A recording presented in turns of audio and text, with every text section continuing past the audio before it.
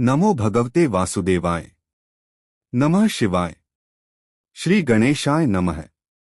हे देवाधिदेव त्रिलोकीनाथ, हे सच्चिदानंद स्वरूप परमात्मन, हे सृष्टि स्थिति और प्रलय के कारण, आपको कोटि कोटि नमन है। जिनकी इच्छा मात्र से अव्यक्त प्रकृति से महत्तत्व प्रकट हुआ, जिनसे अहंकार तन्मात्राएं और पंचमहाभूतों की उत्पत्ति हुई और जिनके भीतर समस्त चराचर जगत स्थित है, उन अनंत अविनाशी भगवान विष्णु को हम श्रद्धापूर्वक प्रणाम करते हैं। हे वेदों के विस्तारक, पुराण विद्या के प्रवक्ता, महाभारतकार, ब्रह्मस्वरूप महर्षि वेदव्यास, आपके श्रीचरणों में हमारा विनम्र प्रणाम है। भारतीय सनातन परंपरा में पुराण केवल कथाएं नहीं हैं, वे वेदों की जीवित व्याख्या हैं। जहां वेद गूढ़ हैं, वहां पुराण उन्हें सरल बनाते हैं।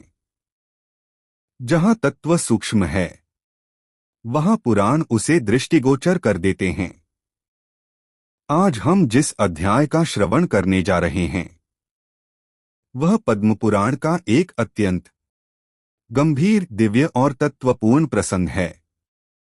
भीष्म और पुलस्त्य का संवाद, सृष्टिक्रम का वर्णन तथा भगवान विष्णु की महिमा, यह वह संवाद है जहां कुरुवंश के महामानव, पितृभक्त, सत्य प्रतिज्ञ भीष्म पितामह ब्रह्मा जी के मानसपुत्र महर्षि पुलस्त्य से सृष्टि के रहस्य पूछते हैं।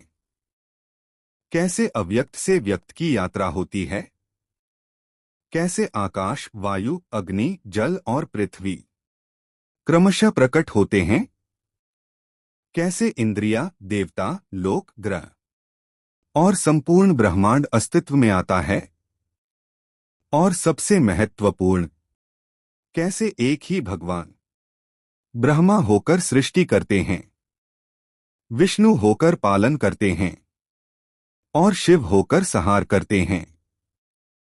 यह कथा हमें बताती है कि भगवान विष्णु ही सृष्टा हैं, पालक हैं और संहारक हैं। वे ही पृथ्वी हैं, वे ही जल हैं, वे ही तेज, वायु और आकाश हैं।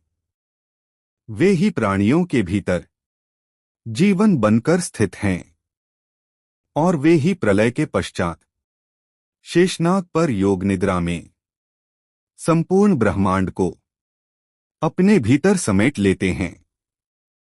हे श्रोताओं, इस अध्याय का श्रवण केवल ज्ञान नहीं देता, यह पापों का नाश करता है, आयु, यश और तेज को बढ़ाता है और अंतःकरण को शुद्ध करता है।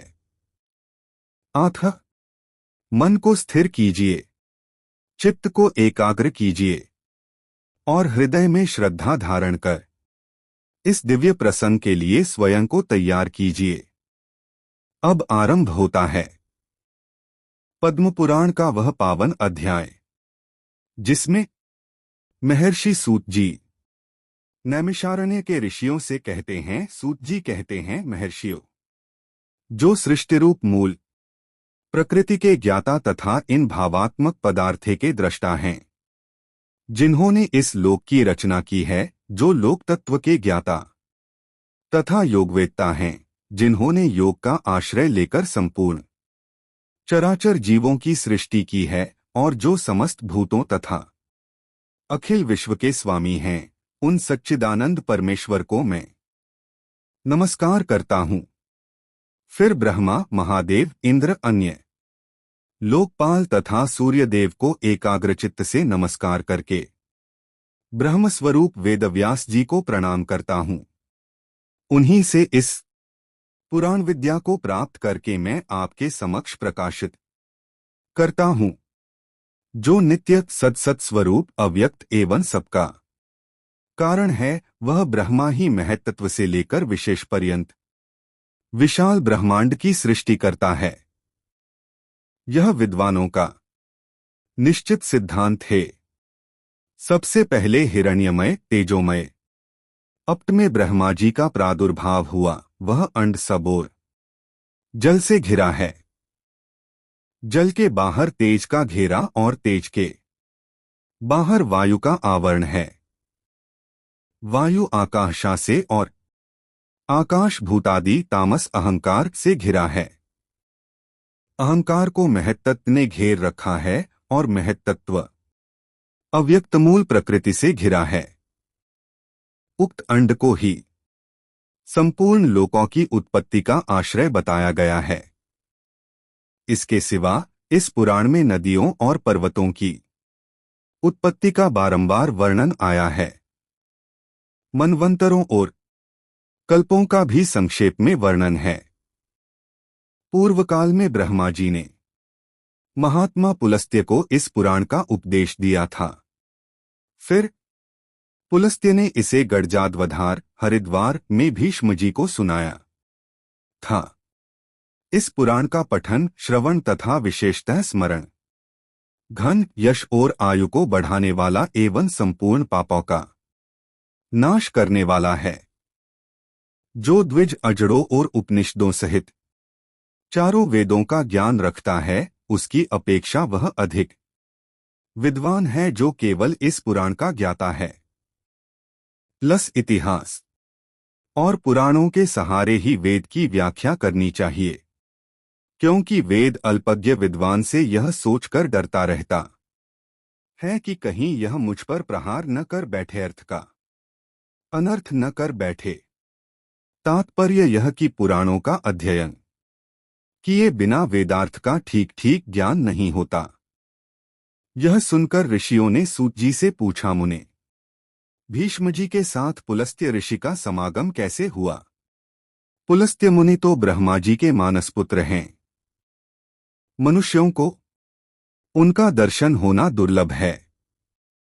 महाभाग, भीष्म जी को जिस स्थान पर और जिस प्रकार पुलस्त्य जी का दर्शन हुआ, वह सब हमें बतलाइए। सूत जी ने कहा, महात्माओं, साधुओं का हित करने वाली विश्वपावनी महाभागा गड़ाजी जहां पर्वतमालाओं को भेदकर बड़े वेग से बाहर निकली हैं, वह महान तीर्थ गडजाद्वार के नाम से विख्यात है। पितृभक्त भीष्म जी वहीं निवास करते थे। वे ज्ञानोपदेश सुनने की इच्छा से बहुत दिनों से महापुरुषों के नियम का पालन करते थे। स्वाध्याय और तर्पण के द्वारा देवताओं और पितरों की तृप्ति तथा अपने शरीर का शोषण करते हुए भीष्म जी के ऊपर भगवान ब्रह्मा बहुत प्रसन्न हुए। वे अपने पुत्र मुनिश्रेष्ठ पुलस्त्य जी से इस प्रकार बोले, बेटा, तुम कुरुवंश का भारम वहन करने वाले वीरवर देवव्रत के, जिन्हें भीष्म भी कहते हैं, समीप जाओ। उन्हें तपस्या से निवृत्त करो और इसका कारण भी बतलाओ। महाभाग भीष्म अपनी पितृभक्ति के कारण भगवान का ध्यान करते हुए गडजाद्वार में निवास करते हैं। उनके मन में जो जो कामना हो उसे शीघ्र पूर्ण करो, विलंब नहीं होना चाहिए। पितामह का वचन सुनकर मुनिवर पुलस्त्य जी गडजाद्वार में आए और भीष्म जी से इस प्रकार बोले, वीर, तुम्हारा कल्याण हो, तुम्हारे मन में जो इच्छा हो उसके अनुसार कोई वर मांगो, तुम्हारी तपस्या से साक्षात भगवान ब्रह्मा जी प्रसन्न हुए हैं। उन्होंने ही मुझे यहां भेजा है। मैं तुम्हें मनोवांछित वरदान दूंगा। पुलस्त्य जी का वचन मन और कानों को सुख पहुंचाने वाला था। उसे सुनकर भीष्म ने आंखें खोल दीं और देखा पुलस्त्य जी सामने खड़े हैं। उन्हें देखते ही भीष्म जी उनके चरणों पर गिर पड़े। उन्होंने अपने संपूर्ण शरीर से पृथ्वी का स्पर्श करते हुए उन मुनिश्रेष्ठ को साष्टांग प्रणाम किया और कहा, भगवन, आज मेरा जन्म सफल हो गया। यह दिन बहुत ही सुंदर है, क्योंकि आज आपके विश्ववंद चरणों का मुझे दर्शन प्राप्त हुआ है। आज आपने दर्शन दिया और विशेषतः मुझे वरदान देने के लिए गड़ाजी के तट पर पदार्पण किया। इतने से ही मुझे अपनी तपस्या का सारा फल मिल गया। यह कुश की चटाई है, इसे मैंने अपने हाथों बनाया है और जहां तक हो सका है इस बात का भी प्रयास किया है कि यह बैठने वाले के लिए आराम देने वाली हो। अतः आप इस पर विराजमान हो। यह पलाश के दोने में अर्घ्य प्रस्तुत किया गया है। इसमें दूब, चावल, फूल, कुश, सरसों, दही, शहद, जो और दूध भी मिले हुए हैं। प्राचीन काल के ऋषियों ने यह अपष्टाड्र अर्धधय ही अतिथि को अर्पण करने योग्य बतलाया है। अमित तेजस्वी भीष्म के ये वचन सुनकर ब्रह्मा जी के पुत्र पुलस्त्य मुनि कुशासन पर बैठ गए। उन्होंने बड़ी प्रसन्नता के साथ पाद्य और अर्घ्य स्वीकार किया। भीष्म जी के शिष्टाचार से उन्हें बड़ा संतोष हुआ। वे प्रसन्न होकर बोले, महाभाग, तुम सत्यवादी, दानशील और सत्य प्रतिज्ञ राजा हो। तुम्हारे अंदर लज्जा, मैत्री और क्षमा आदि सद्गुण शोभा पा रहे हैं। तुम अपने पराक्रम से शत्रुओं को दमन करने में समर्थ हो। साथ ही धर्मज्ञ, कृतज्ञ, दयालु, मधुरभाषी, सम्मान के योग्य पुरुषों को सम्मान देने वाले, विद्वान, ब्राह्मण भक्त तथा साधुओं पर स्नेह रखने वाले हो। वत्स, तुम प्रणाम पूर्वक मेरी शरण आए हो। अतः मैं तुम पर बहुत प्रसन्न हूं। तुम जो चाहो पूछो, मैं तुम्हारे प्रत्येक प्रश्न का उत्तर दूंगा। भीष्म जी ने कहा, भगवतन, पूर्व काल में भगवान ब्रह्मा जी ने किस स्थान पर रहकर देवताओं आदि की सृष्टि की थी, यह मुझे बताइए।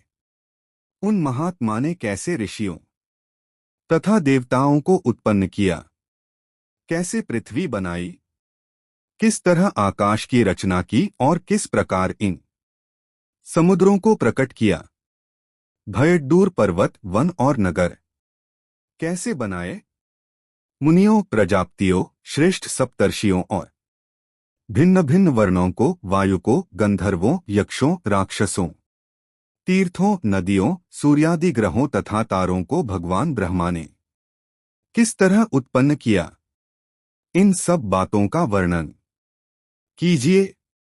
पुलस्त्य जी ने कहा, पुरुष श्रेष्ठ, भगवान ब्रह्मा साक्षात परमात्मा हैं। वे पर से भी पर तथा अत्यंत श्रेष्ठ हैं। उनमें रूप और वर्ण आदि का अभाव है। वे यद्यपि सर्वत्र व्याप्त हैं, तथापि ब्रह्म रूप से इस विश्व की उत्पत्ति करने के कारण विद्वानों के द्वारा ब्रह्मा कहलाते हैं। उन्होंने पूर्व काल में जिस प्रकार सृष्टि रचना की, वह सब मैं बता रहा हूं।